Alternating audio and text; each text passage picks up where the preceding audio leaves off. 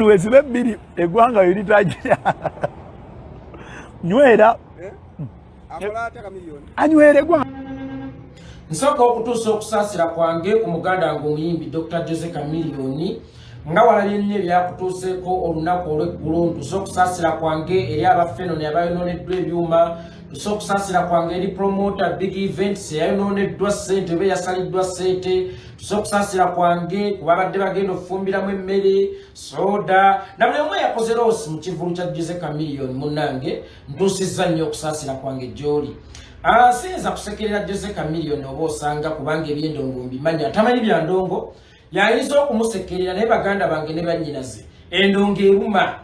atamanyi bulumi bwa ndongo yasobola okusekerera Jose Chameleone baganda bange ne bannyinaze endongo eruma bungero ina ssente bucho oli mwavu lunkupe so Jose Chameleone sigera mufuula kyakusekerera naye kansaasire musaasire kubanga naye yabadde mu business abo sanga nange nali musekeredde kubanga nabadde njagala nnyo okumusekerera. By the way Jose Chameleone musical nkwagala naye sikwagala eranga nabadde nfunye chance nange ng'omuntu ejaganya olwalosi gye watuuseeko naye we natunuulidde akafaananyi kano kakakkanyiza omutima gwange nabadde ngenda kujaganya naye we natunuulidde akafaananyi kano kakakkanyiza omutima gwange kubanga nakuzibwa ntya Katonda nakuzibwa nnina eddiini nga mu butuufu omuntu ne bwe mba nkuwalana munnange nfunamu ku mutima ogwokubiri lunaku lumu jjajja wange Adija Nakaiza yali yeewalana ne Mujje we jjajja oyo yafaana fayyo omulala bamuyitanga Fatuma Nantesa nga beewalana naye jjajja we yafiirwa omwana we nagenda okulaba jjajja oli ajja asoti amukubagize era n'okuziika yali musaale nnyo okukola mirimu so wabawo akaseera akatugatta ne be tutaagala naddala ak'ennaku ekifaananyi kya Jose Chameleone ekyo kyekyandeetedde okufunamu bambi omutima ogwokubiri naye Dr. Jose Chameleone nga bwe natunudde ku kifaananyi kyoza abadde asagambisa ng'okoze loosi nendaba ng'osaana ekisa bwe njagala otunuulire kafaananyi ako ak'omwana wa Ddamulira okimanye nti naye agwana ekisa kyo agwana eddoboozi lyo Dr. Jose Chameleone nga wetutunudde ku kifaananyi kyoffe abamu ne tugaa Chameleone talina kuba kyakusekerera Chameleone alina kuba kyakusaasirwa essaawa eno ekya Jose Chameleone mukulu wange tunulako emabega gy'ova tunulako emabega gy'ova kikyokozeeyo teri kikugoba tolina gwe wanyiiza omanyi bw'obanga otambula ng'oli mu lugendo n'otuuka n'obula ng'olabanga ekkuba erizibye weebuuza omukasi oli gwensanze omukadde n'ensoza tegubadde musambwa then okyuka oddeyo weetondera omukadde oyo Chameleone tunula gy'ova bw'oba olina engeri gye wasobya abantu beetondere buli gwe wanyiiza mwetondere kubanga si abantu ffenna tulina emitima gyegimu abantu abamu tuli balogo miliyoni abantu abamu tuli balogo abalala tukolima ate ebikolimo oluusi ne bikwata ddako emabega olabe ebikolobero by'olinayo obigonjoole kya buvunaanyizibwa nnyo okuddayo gye wasiikudde amazzi ogatebengeza oba gasobola okuteeka ogatereze gateeke otherwise oyinza okubonaabona paka nti ebikolobero bizze nga bikolebwa mu ngalo zo ovaawo nakyo but ebiseera ebisinga Katonda alwawo sasula miliyoni buli gw'omanyi nti wali omusobezzaako munnange si kibi okugenda okumwetondera kuba nawe toli malayika oli mwana wa muntu kamini toli Katonda genda obagambe munsonyiwe abajiini genda obagambe munsonyiwe abagundi genda obagambe munsonyiwe buli gwe nali nsobezza yenna nkusaba kunsonyiwa ne Lucifer yasobya Katonda n'amugoba mu ggulu naye nga yali malayika atoloka Chameleone omwana w'amayanja ddayo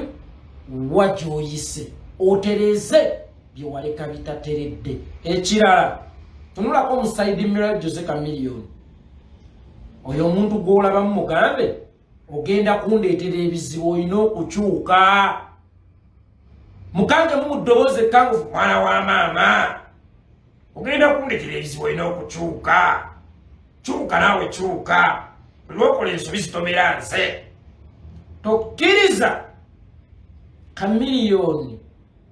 okwonoona erinnya lya Mayanja ng'ate Mayanja ye yakola Kamiliyoni Kyagulanyi bw'akola Bobi Wine yasitula linnya lya Kyagulanyi kakati njagala nga Mayanja bwe yakola Kamiliyoni ate Kamiliyoni asitule busituzi Mayanja aleme kuttattana linnya eyo ntegeerekesa musibe bulungi nze yeekolera Itongwa tusisinkane mpozi nabadde mbagambyeko gye buvuddeko tiyeekolera agenda kuwummula Itongwa omukambwe atuule musibe bulungi kwogera ku kyenkuba ye yabaddeyo ezo natural disasters zikola ki zibeerawo enkya n'eggulo eziteewalika oba okitegeera mwana wa maama enkuba etonnyanga neyonoona ebintu ate tuli mu season ya nkuba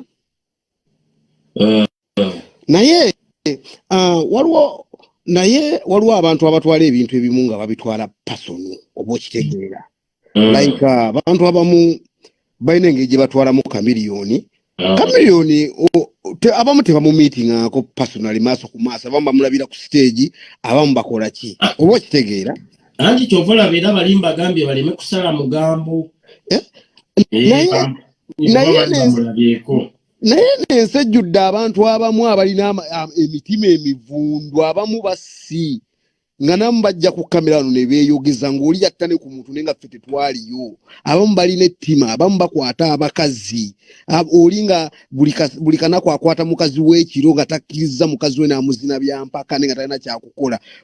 bajja kukuno n'ateesa naye ne yeefuula mbu ye mutuukirivu naye olw'okuba nti ffe tetujja kujja wuwo gy'obeera tukutegeera sitoolezo Kamiliyoni ye bw'anaakola ekintu tyakubya owa boda nammwe mulwanira ne mumabaala muwandulira n'abantu amalusu ne Kamiliyoni ye kyakoze kikola ki kiwaawaala nnyo abantu abamu balinga mu miransanafu kuba mu miransanafu yajjanga wano kumba alingiza abakazi okitegedde kati n'oleekaana ate ng'olingiza abakazi it doesn't really make what omuntu alingiza omukazi abeera bw'omala okulingiza omukazi ekiddako oba ogenda mumukwata kyogereko bw'olingiza omukazi ekiba kiddako oba ogenda mumukwata otandika otulingiza omukazi kati Kamiliyoni ebizibu bye byalina ye ng'omuntu alina shortcomings nga buli omu zaalina mu bulamu obw'ensi naye sijja kugamba nti kyakola ebintu ebimu byakola biba birungi era akolamu ebintu ebikyamu naffe mikwano gye gimuwolereza samutayimu omulimu ogutusingiira okubeera omuzibu gwe gw'okuwolereza Kamiliyoni gubawo obuzibu teri mulimu muzibu kuwolereza Kamiliyoni obeera nga awolereza Museveni mpulira twali twakamuwaana wano enkeera n'akuba omusajja kibooko nkugambye okuwolereza Kamiliyoni obeera nga akola ki obeera nga awolereza Museveni nti leero Kamiliyoni ogenda kuba wakamuwolereza ebintu mubitereezezza enkeera akola ensobi so abantu mu bulamu obw'ensi abalinga Kamiliyoni gye balina lwakuba abamu si baselebrity nakuba bo si batutumufu lwakuba bo si batutumufu mulimu abantu mu nsi abalina obusungu obw'ettumbiizi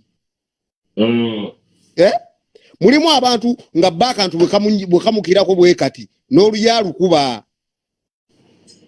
bangi nnyo mbamanyi abeefula abalungi mbamanyi nze mbamanyi abeefula omulungi nnyo ku social media nenga alwana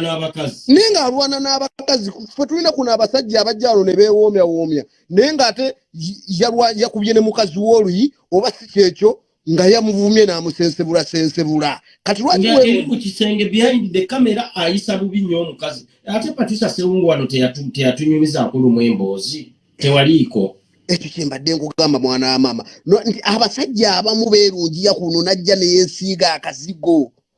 najja n'anenya kamiliyoni n'akola biki naye nga balina baata emize emibi gye bakola egisinga n'egya kamiliyoni ye kamiliyoni nti alina obusungu obwettumbiizi era obwo obusungu obwettumbiizi kamino bw'atali bukomya bwe buli musuula mu ntata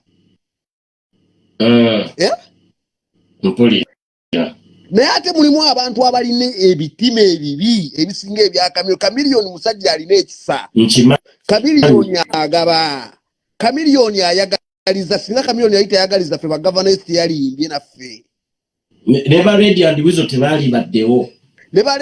tebaali baddewo ba King Saa teyali badde mikisa ba King Saa bonna tebaali baddewo okitegeera mwana wa maama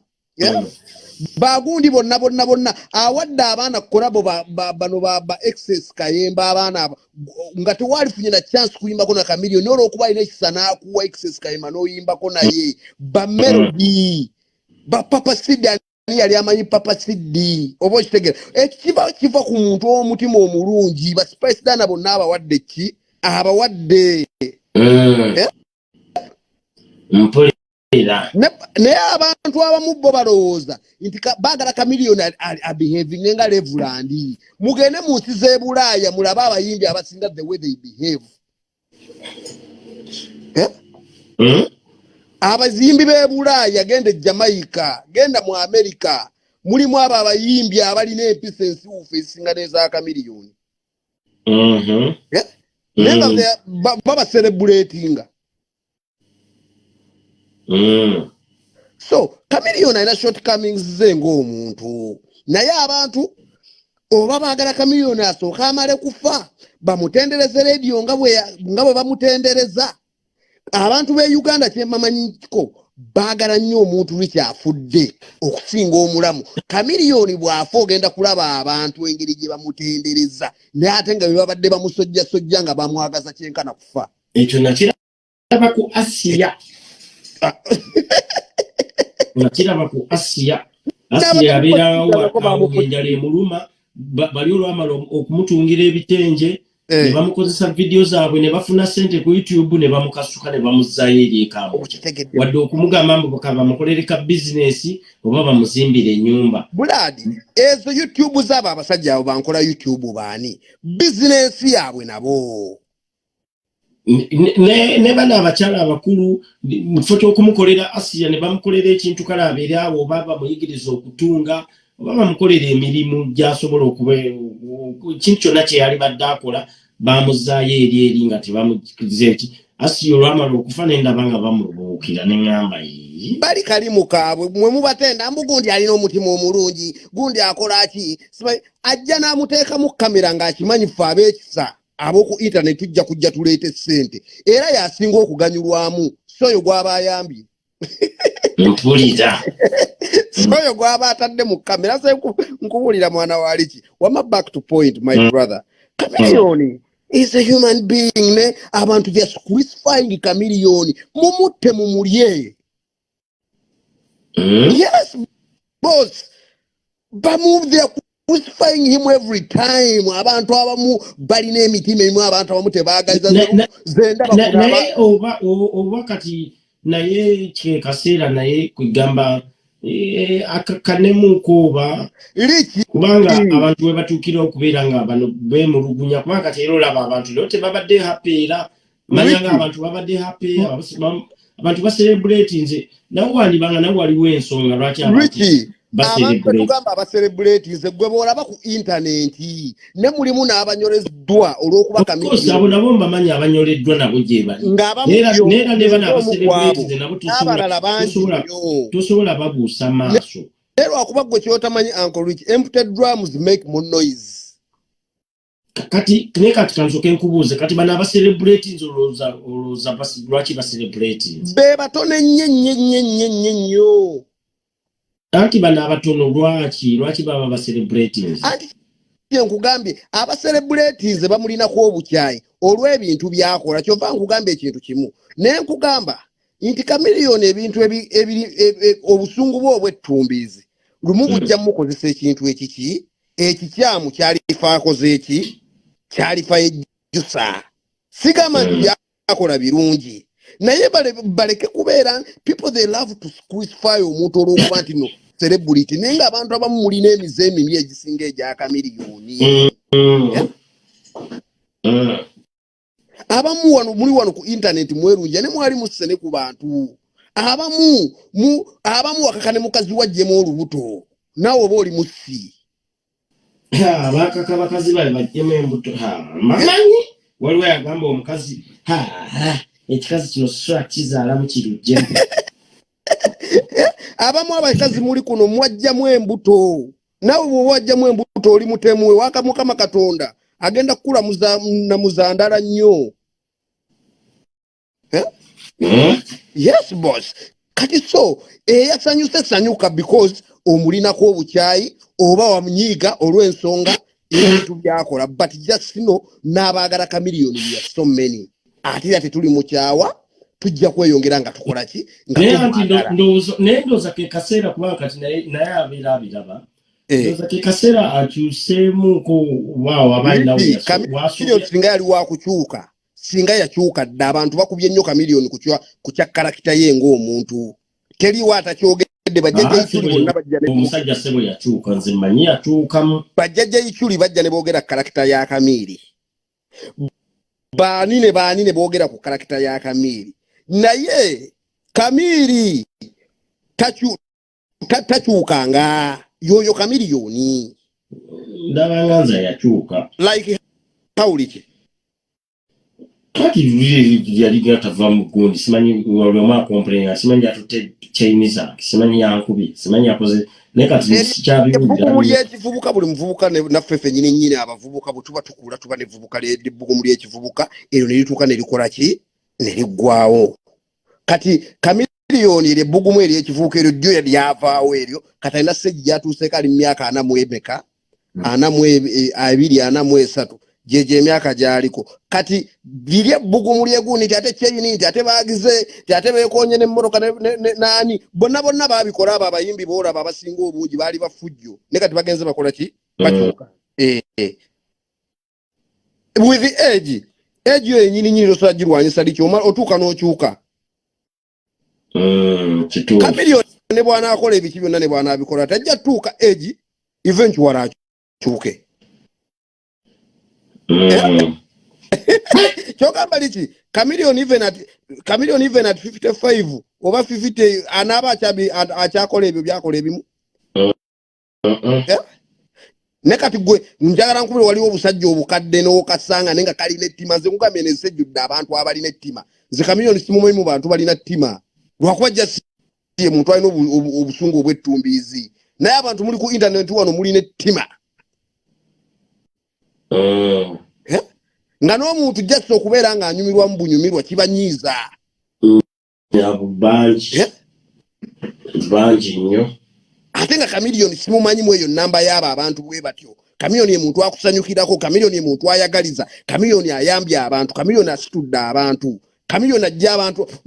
ajja abantu gwomanyi nti n'omwana ali awo nga talina kyali n'amusitwa n'amufuula owakabi naye abantu ajja kuno n'ajajinga kamiliyoni talina na mwana n'omuntu n'omu gwe yali ayambyeko akoma kuyamba famire ye mbu naye ajajinga kamiliyoni. Kamiliyoni just bamujajinga because he's a celebrity. Alina shortcomings ze.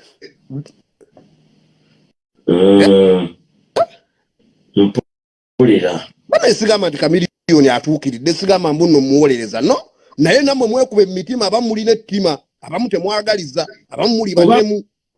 boogera boogezi kubanga oli mubuuza waliyo wamulabako nga tabiteke byagera mbaddekawo n'omuggyako ng'atandise okwogera ebintu ebitakola ki ebitakwatagana back ku kyagundi ku kyenkuba lwaki yatonye Buladi ne Uganda eddogo gyeriri bamuluze Buladi Gravity Munyoli Gravity muki Gravity Munyoli gwe noonyereza Uganda ezimu ku tribe ezisinga obulogo bino byenjogera mbinako proof sebo taata mitembozi njagala nkuwulire liki olulimi lutonzi Gravity yajja n'agamba nti mulinde nga mmeka nga 10 mulabe ekinaddirira Gravity nga bwe yabyogedde bwe byabadde tewaliwo yabagamba kamyo tajja kufunayo muntu n'omu amufunye ya tugamba mbu wanaba nga kimuyambye nnyo ajja kufuna koota ya spice omuntu amufunye wadde n'omu buladi amufunye tamufunye njala nkubulire gravity munyoli mwabali wano ku internet munoonyereze ku banyoli munoonyereze research ezimu ku privacy singa okuba abalogo mu Uganda nga bw'atabula omudagala gukola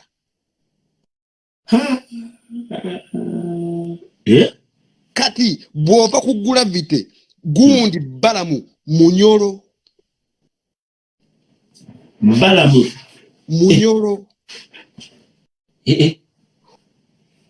genda mu banyolo balamu ekyalo kyavaako kyekisingako abalogo wuyo maite family akugamba abanyolo gye nasomera sebeera baatugambanga nti wali eri nze baali bantisiza nako mu bagenda kunnemesa mbunja kuzuka ku matanga musimanyi mbu nga nalimye olubimbi bwajja nakunsimisa tooyi buladi balamu ekyalo kya waliwo oli agambye nti gravity atuggyeko Museveni naye kenyini mulogo ya emisambo egisinga gitudde ku ye goza yatukolokose gino emyaka gyonna nga simunyolo emisambo gyonna gitudde ku ye kati yabaddeko balamu ng'aliko ne gravity bonna balogo balamu asibuka bunyolo ekyalo kyavaako kiriko omulogo awuuma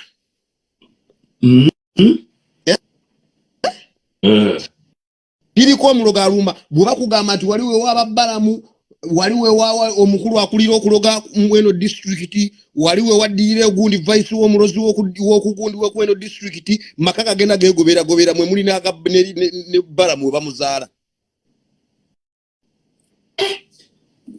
be basindisa empewo eno kibuyaga kati njagala nkubuulire eddogo lya gravity lyegasse n'erya balamu tabadde musanyufu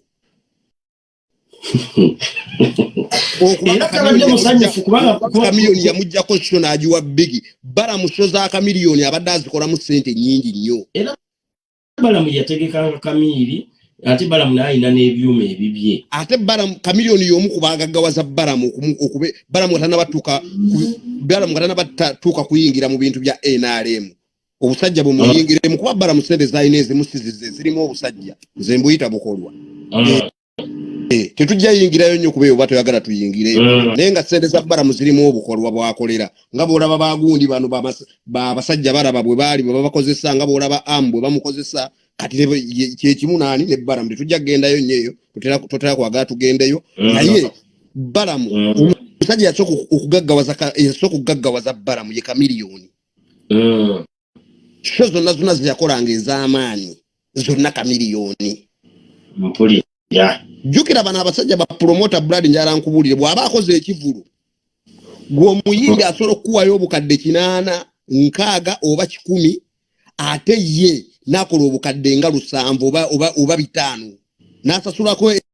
ebisaawo ebiseera tebyabanga bya bbeeyi n'akolako ebiki kugamba promota abo babba nnyo abayimbi by then kati nga yinza okuwa kamiliyoni miliyoni 5 n'alangisa ku gundi n'akola biki ekivulu n'akikuba mu miliyoni 4 kati balamu yeyengeri giyagaggawalamu ng'obukulwa tebunamuyingiramu naye kati balamu kyamuluma nnyo kamiliyoni okuba ng'amuggyeko ekivulu kino n'akiwa big events mpulira kati balamu bw'alumwa yalina okuyiiya okulaba nga kamiliyoni ekivulu kye ekyo tekibeera successful bino byange mpulira bw'ayiiya okulanga ekivulu tekibeera successful balamu alina okuba nga yalunzeemu kemiko eddogo e Uganda gyeriri liki mpulira eddogo e Uganda gyeriri basobola okukuloga n'owenga n'ogweddalo era mpulira nti ekyaddondo gyo omuntu akulogera ddala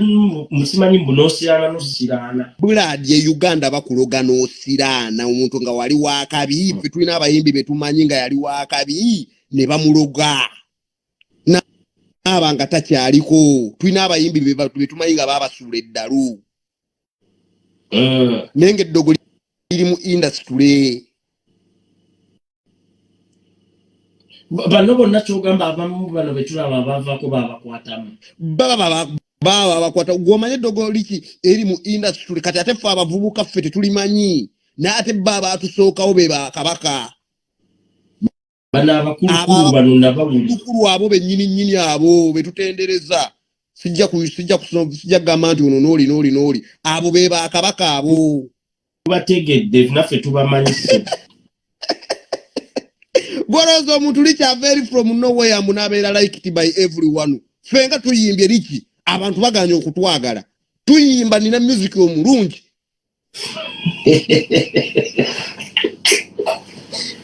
Liki nyimba ninga nyoza nindo buyimba nyimbi omusayi gulina message. Nyimbi eziseke yobuti. Nyimbi sikyegomba bamwagaddeko. Naye licha abantu baganya okutwagala ebyaddadala nga bwe baagala bali. Bo bawa Katonda ki feke tutamuwa muyimbye gavana isi muyimbye nga tuyimbye ate Katonda muggulu liki nze nyimba sonzaagala oli najja nakugamba mukyaliwo ow'okulusegera nakugamba ne gavana ng'onnyimbira bulungi nyimba zo nga nno kiki ekibulamu mukwano okugamba mwana wa mama simanyi kibulamu nakugamba naye ate bano bo nga abayakakuba oluyima ne lukwatayo enkeera njagala nkubuulye tuyimbe eri kinina obuyimba obulungi genda ku YouTube yange osiba nawe obukuba ne bw'obukubira wano abantu ku YouTube ne ku Facebook abantu n'obawulira nga bakomenti ne bagamba bambi kigavana kimanyi okuyimba era ne last weekend nakuba ennyimba zaawo ne bangamba they are really nice bambi ndaye buladi byagaana okukwatayo neno olaba omuntu najja out of the blue ng'ekiyimba tekitegerekeka n'ayitamu omuntu from the blue najja ejjo ekiyimba tekitegerekeka n'ayitawo kati kyanya ate omuntu abadde ku topu mwaka ku mwaka bo Katonda bamuwa kiffe kitutamuwa bw'aba Katonda mazima ddala ali feya buladi eddogo mu industry mweriri ate likola obuwangwa bukola yali ngamba mighty family yangamba eddogo gyeriri yali anyumiza wano eddogo era nja kumuzza ddako atunnyonnyole waliwo ngambye bambi gavana wamma weekwate Yesu Mukama ajja kukuviirayo wano munange ndeera nnooza ngenina kwekwata Mukama naye ng'asabye Mukama Katonda mu Shaloni ng'asabye Mukama Katonda ezasale zange taziwulira ajja kumala akuddemu nange namusaba ebbanga ddene nendowooza Mukama Katonda alabika yanvaako naye amala n'akuddamu ebintu bya Katonda byo tebikolerawo ne by within time gavana ojja kulaba ekyamagero likinga tuyimbye n'oyimba akayimba bakyalibo ne bakugaana ebbuladi kano ko wayimbye n'okaweereza likinagande kano gavana waleese Mukama Katonda ajja kukwana oba oliawo ekiyimbi ne kireeta oluyimba ne lukubirawo Uganda yonna gwe ebyo tebijja by just gundi buladi abasajja balina eddogo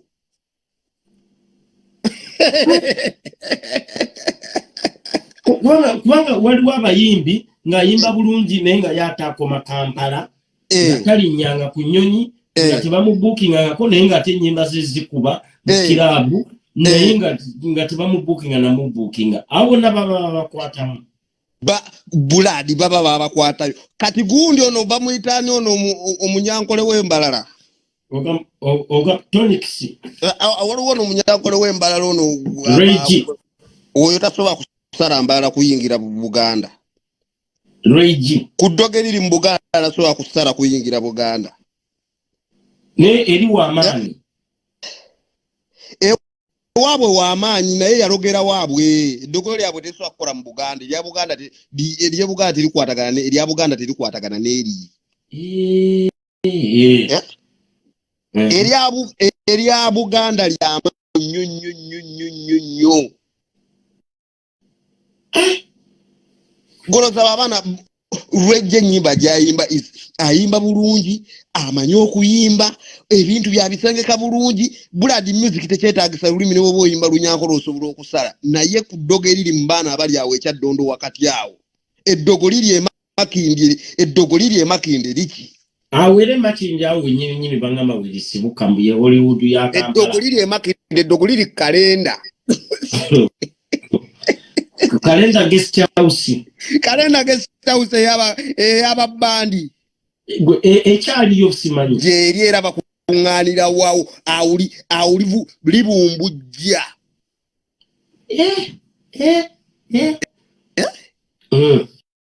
era waliwo omuyimbi gw'osaana nagamba Bradize Makinde ntyayo baloga waliwo omuyimbi Tonics ayimba bulungi nnyo naye tavaawo awo abeera awo bwatyo ne mu production mwennyini mulimu eddogo n'osanga producer n'akugamba nze producer oli tayingira mu studio yange nze oyo tayingira mu gundi tebakwata ku byuma byange edda nga Paulo Kafeera akyali mulamu ndiye teyayimbanga nga Sebatta waali ku stage nga tebalina ku stage yemu waliwo agambe gavana esoko malirize ebyammwe ebyomukwano ebintu ebyo byetambala tebiggwa ne bataata bange bayagala obimaliriza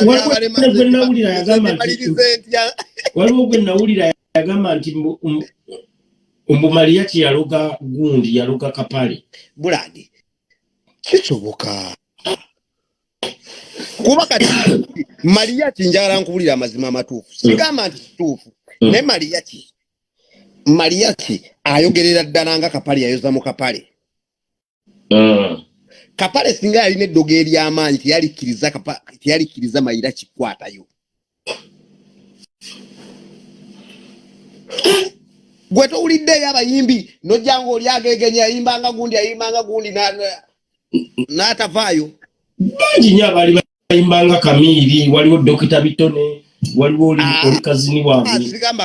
sigamba abayimbanga Kamiiri abayimbanga abayimbi bangi nnyo ne bagamba nti gundi yayimbanga nga rediyo yamala kufa ne bakwatayo okagavana ne bakugamba nti waliyo omuyimbi ayimbanga gundi ayimbira ddala nga David Lutalo ne bakugamba waliyo omuyimbi ayimbanga Kenzo ne bakugamba waliyo omuyimbi ayimbanga Kamiliyoni naye abo abayimbi tebalikwatayo era waliwo ono yayombi yali ayimbanga Kenzo yennyini tebalikwatayo mwana wa maama gomanye ekiri e Kampala awo African culture kyakola njala nkubulire tebakulimba mbu tebiriyo ebyabazungu ebyakalisaali byakayisaali n'ebyobuwangwa bya buwangwa ate abantu e Uganda bali ku buwangwa ziri kimbadde ku ground zimbadde ku ground z'abantu mbalabye abantu beeraguza liki obadde ku ground obimanyi kati gw'omanyina walolabyeko n'abanemeseza okuba hit nabitya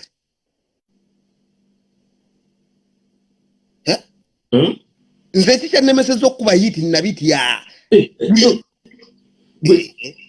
ekitegeeza baye bagamba okkirireyo ojja kufuna hit limu abayaaye n'akugamba ne gavana oli mu kweyimbyayimbya ne wali soose n'ogenda n'onywezaamu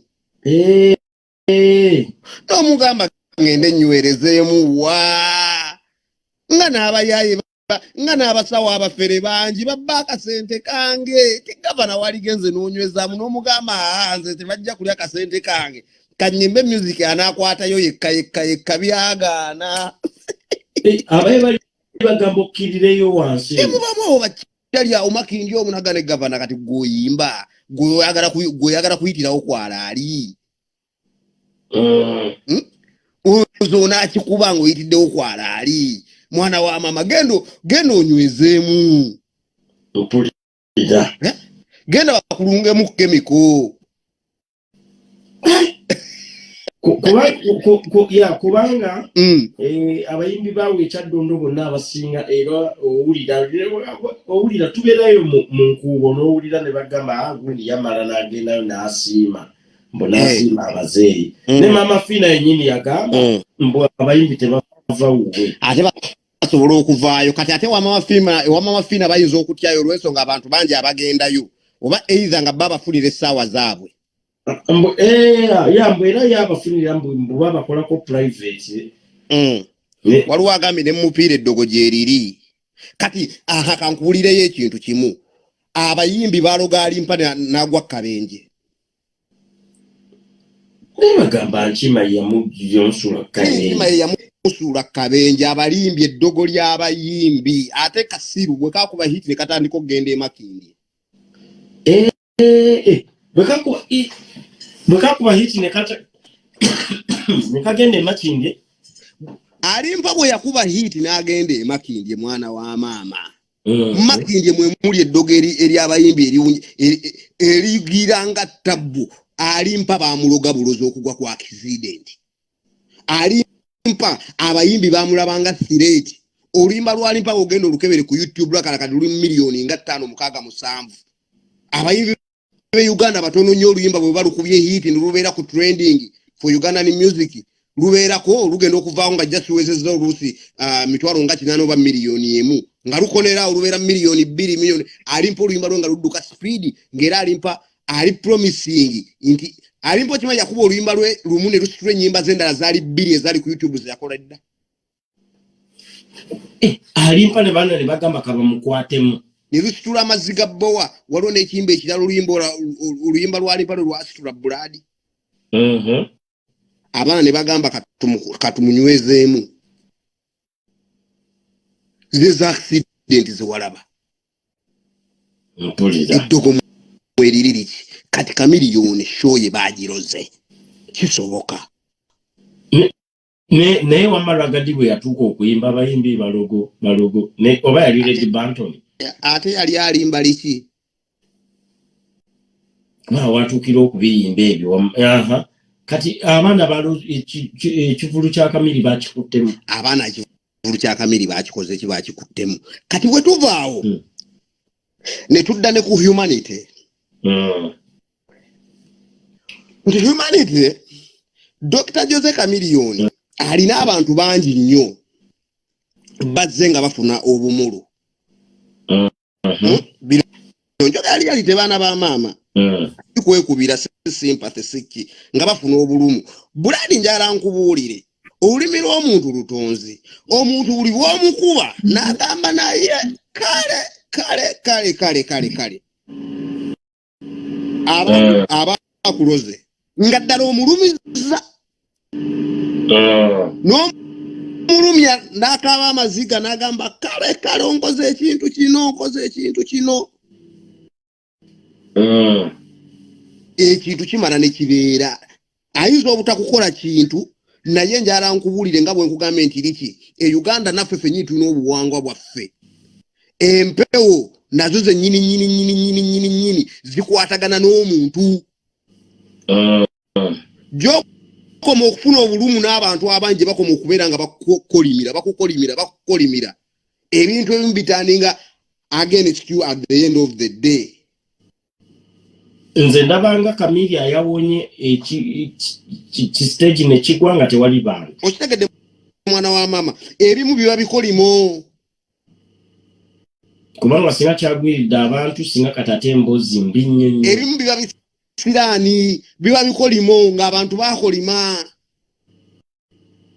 sibino byawa boda yekka mbu olw'okuba mbu Chameleone yakuba owa boda mbwalaika yamukolimidda owa boda talina maanyi gakolimira Chameleone kubeera ng'ekintu kyekikola kigaana omuzungu kyayita kama yagamba kama malaya oba okitegeera mwana wa mama so bw'obeera ng'olina obumulu n'abantu bano abantu olulimi lwabwe liki lulogo ate olulimi lw'abantu lutonzi kati Kamiri mu busungu bwe obwettundiizi nga bwe nkugambe bw'alina nabwo obwo alumizaamu abantu baki bangi kati buli bwe bakolima byebyo byolabye leero kwogatta eddogo aba promoter ba gravity bani n'abatamwagaliza abayimbi bangi nnyo kugatta ne kanamanyi ga Katonda nga ye omuntu kuba ne Katonda jali Katonda mwene kugatta n'amanyi ge byonna ne byegatta kyekibaddewo leero emusiriki nze yentesa ngeyo tweyanziza nnyo Governor S naye licha abaana balogo wekwate Mukama Katonda Jesus Christ yasinga wekwate Jesus Christ kati nga ffe abatakiriza mu ddogo naye nga tomanya munangira kajiriti naye nze I don't believe in that shit nze sibikiririzaamu naye kabewira ndoza ubikiririzaamu ennyo otandika okubi experiencinga kuba bagamba if you believe so much in something you start simanyi getting simanyi biki balina engeri gye bakinyumyamu naye ati nze sibikiririzaamu ebyo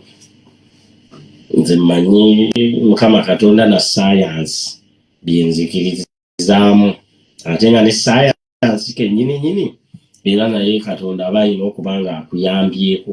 okumanya science kubanga ne banna science ebiseera ebisinga at the end of the day basooka nabo ne basooka ne bawakanya Katonda but naye batuuka nga batandise okukaddiwa banandise okukola ki then they start believing in God because nze nkola nnyo research ku science but at the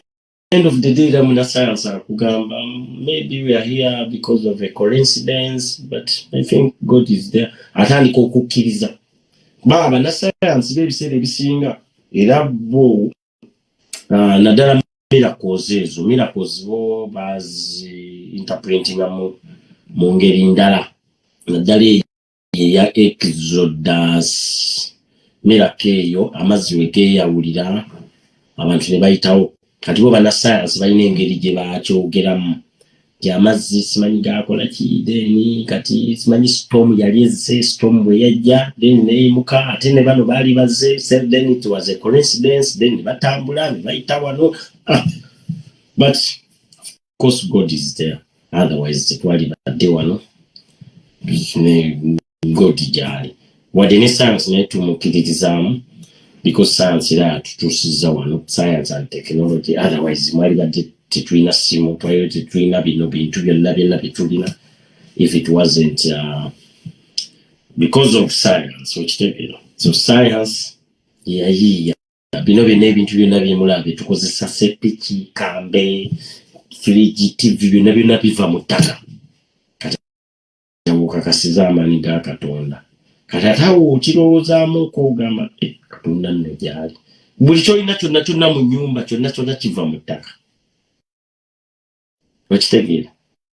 kati ye Katonda yakwata amaanyi n'agawa abantu n'abawa amagezi n'afa n'atuula eri n'agamba kati kansooke ngi n'ayiya essimu n'agattamu kano ka saketi ne kali n'agezesa n'akola kitetta n'ayiya emmotoka kati okiraba kati awo munnasayansi atuuka nga ansa zonna zimuweddeko kati ansa bwe zimuggwako n'amala n'agamba mpozi kati universe tukomye itasobola kwajukira bannasayansi right now ekisinga okubasumbuwa kwe kunoonya planet endala eri habitable eyina life ate nga jjukira ebintu byonna ebibeera ku nsi ebiseera ebisinga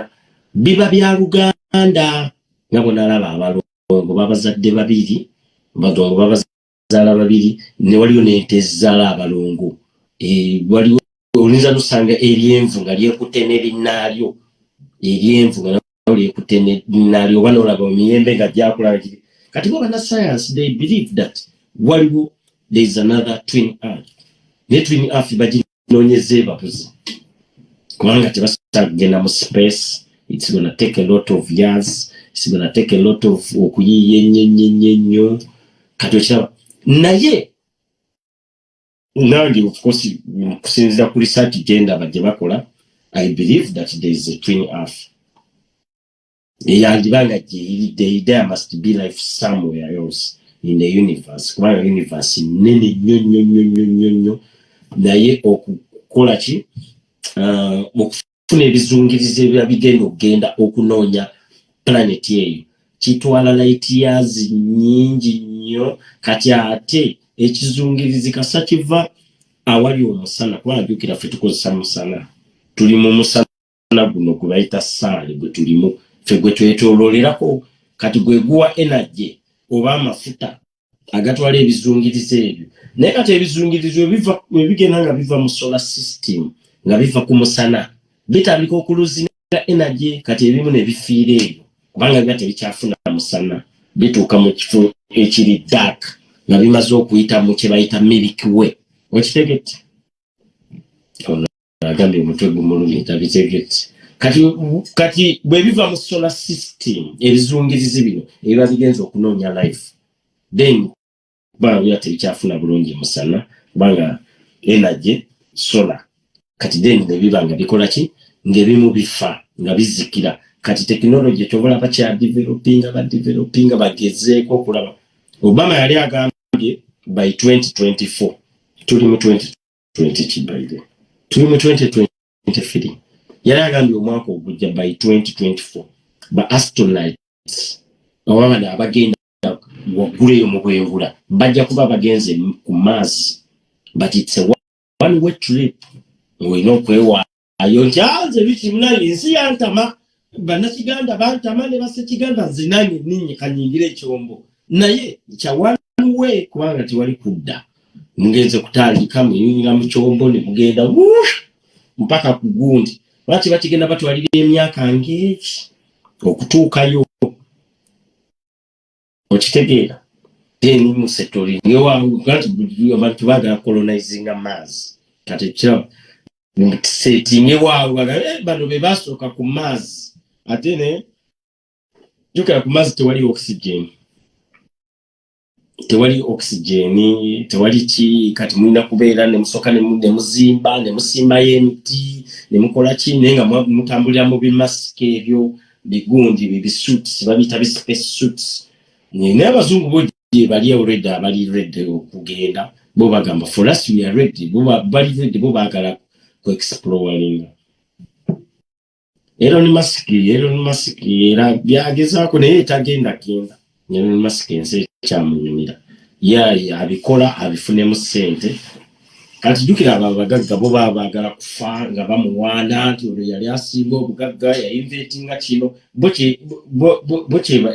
kyebafiirira aba Elon Musk nti Elon Musk yakola kino yasooka otwala abantu gundi ebiki space